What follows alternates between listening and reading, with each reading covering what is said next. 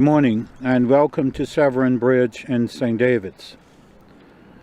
I'm joined today by Mr. Andrew Diaz, the acting CEO of BLDC, Mr. Stephen Tucker, the manager for the Waste and Wastewater Master Plan, and Ms. Tapia Butterfield of Christen Construction.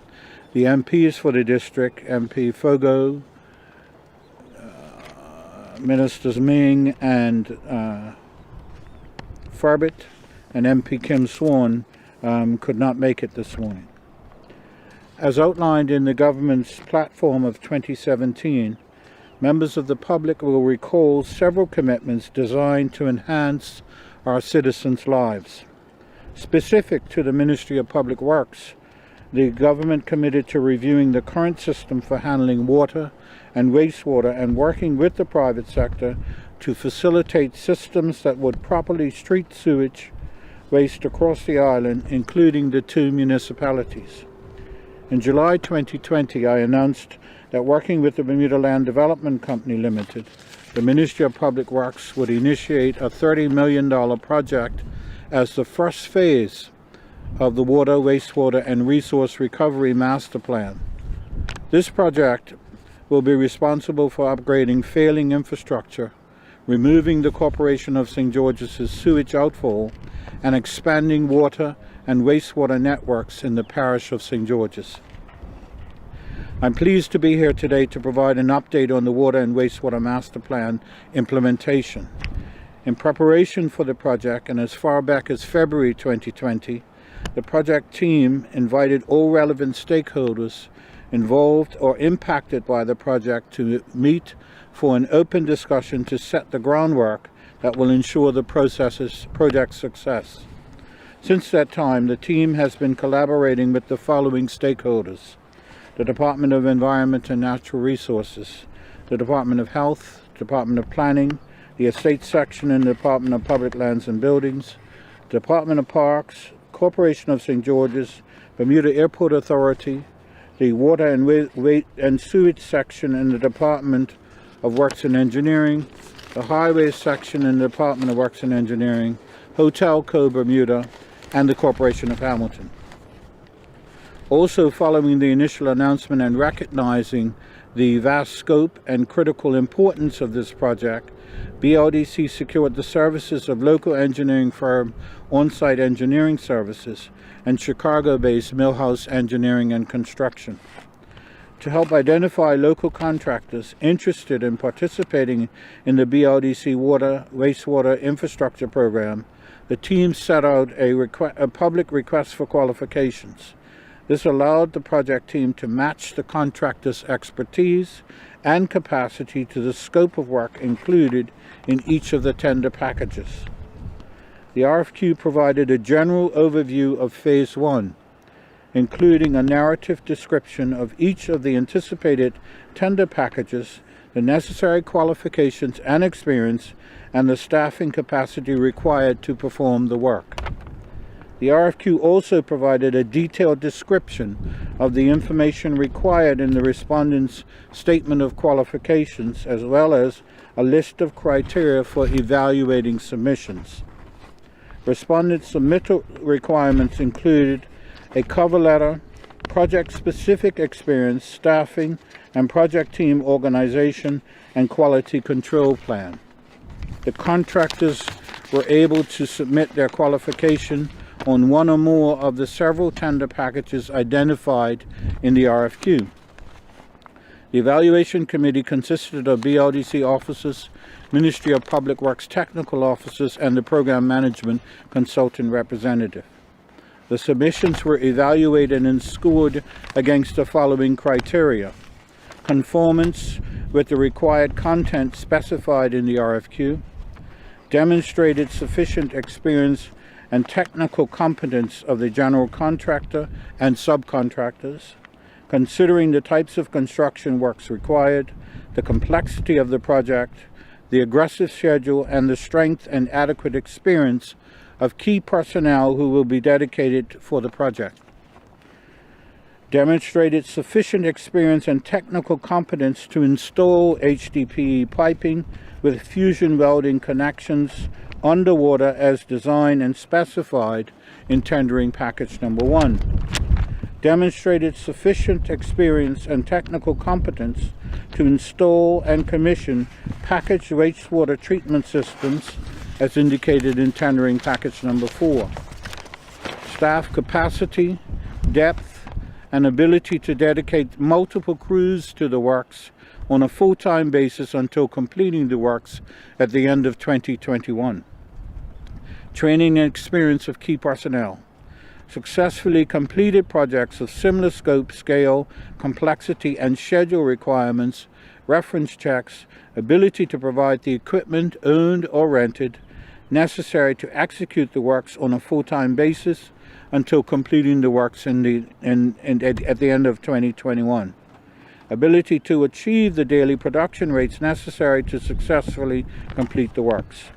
I can confirm that the following contractors have been pre-qualified to submit tenders: D&J Excavating and Landscaping Limited, Graymain, Invisible Trenching, Island Construction, Christen Construction, Ascendant Technologies Limited, H&H Plumbing and Mechanical, Island Engineering, Smith Excavation and Hauling, and ACS Excavating. It must be noted that while some tender packages have been awarded, there remain many packages to be tendered. Contractors interested in this project can go to the BLDC website and under the heading of Tenders and RFPs to download the pre-qualification tender information. The deadline for submittals is Monday, May 31st, 2021. To briefly advise on the progress of the following tender packages. Tender Package 1, Stokes Point Water Crossing, where we are at the moment. The contractor is Christen Construction Limited. They granted full notice to proceed and are currently forming the concrete weights to cover the pipes to be laid along the seabed. And they're lying next to us on the road. Tender Package 2A, Stokes Point Road, contractor D&J Excavating, which is the joining part across the water on Stokes Point Road. Granted full notice to proceed. Work proceeding very well. They've trenched up to 250 feet already, along with pressure tested several lengths of HDP pipe. Started to backfill some of the Velcro lines already. On that side of the waterway, we go into the joint arrangement with Balco and the Ministry of Public Works. Tender Package 2E, Fort Victoria to St. Regis. The contractor is Invisible Trenching, approximately 95% complete. This work includes the temporary solution in providing a sanitary service for the St. Regis Hotel. Tender Package 2C, York Street to Fort Victoria. Tenders have been submitted and under review. Plan to award the contract within 2 weeks. Tender package is currently out for tender. 2B1, Echo Lane to Mullet Bay Park. 2B2, Mullet Bay Park to Tiger Bay Lift Station. 2D, Wellington Street, Tiger Bay Lift Station through St. George's Club via Rose Hill. Tender packages 3A and 3B, Sewer Force Main for Southside. Engineering drawings 95% complete and currently reviewed. Tender package 4, New Sewage Plant. Initial payment has been made and reviewing all shop drawings and schematics. Tender package 5, Potable and Reclaimed Water Transfer Network for Southside. Engineering drawings 85% complete. Tender package 6, Telemetry. Engineering drawings 80% complete. Relocation of the Botanical Gardens tank to Fort Victoria. Sent the down payment to the overseas vendor and already received planning permission and awaiting building control.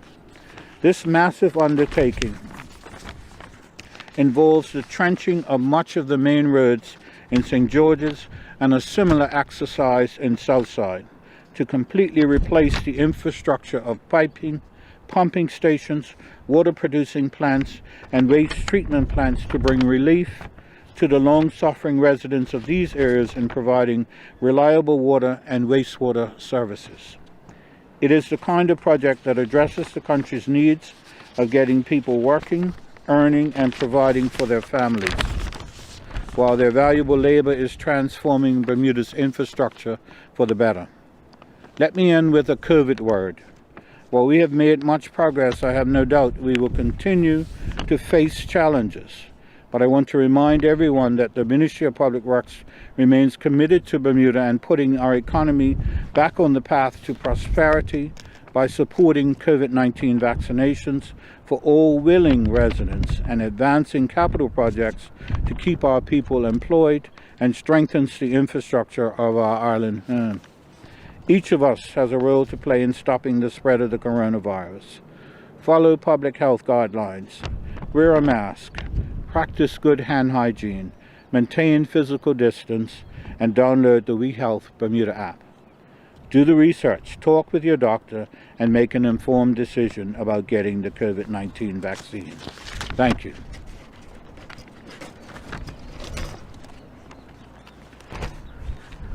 The MP for the district, MP Fogo, is joining us, and chairman of BLDC. Thank you, Carl. You're welcome. Any questions? I have a couple of finance-related questions, sir, which the finance minister isn't here, but so it was guaranteed, the project was guaranteed on Friday for 30 million, I believe? Yeah. Why was that necessary? Can you... Every loan that is guaranteed by the government, every loan, you'd have heard him mention several others, has to be reported to the House. And we've been working on this since for about a year now, and it has just been approved by Clarion. And so, as a result, he as the Minister of Finance must report those things to the legislature and obviously to the public. So the guarantee is? The guarantee is of the guarantee of the loan to Clarion Bank, from Clarion Bank. I could be wrong, but I thought previously it sounded like it had a price tag of about 5 million. What was that a different? No, 5 million was the first wave that we started in February last year, and we used funding that BLDC had allocated whilst we applied for and processed the loan. We reckon it's going to be finished by the end. Sorry? We reckon it's going to be finished by the end of next year. End of this year. Oh, yeah. Yeah, end of this year, 2021. Thanks, sir. When we talk about improving the wastewater infrastructure for the East End, can you give us some examples of the problems faced right now by residents and businesses? Well, okay, so if we go with Southside, all of that infrastructure was created by the American military, and it is failing and has been for some time. And so we have joined together with St. George's to replace all of the infrastructure in both locations. With the coming on board of the St. Regis and St. George's, that would have added extra pressure and demand for that type of service. And so we are accommodating their needs as well as the people of St. George's that are currently on this system with the ability to expand, as well as the St. George's Club is set for renovation and refurbishment, and so we will be able to meet their needs as well. The idea is that this is phase one, St. George's, but the aim is to go throughout the island providing these services. The Ministry of Public Works provides from Hamilton to St. George's now on a limited basis potable water via underground trenching, and so the idea is to expand both of those projects across the island. You'll know that there is the joint Belco Public Works project that's occurring on Harrington Sound Road at the moment. We are going in the hill at the same time as they are, as are the rest of the utilities, so that we won't be digging up roads very much in the future. That's the aim. You mentioned underground trenching. Is that what we're looking at here today with the pipes heading towards the... Well, these pipes are going underwater.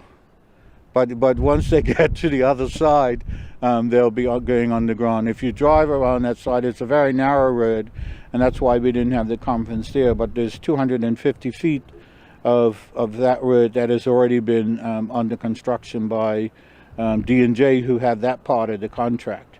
The idea is to have concurrent activity, and so we have several contractors that can do this type of work who are participating at the same time so that we can meet an accelerated completion schedule.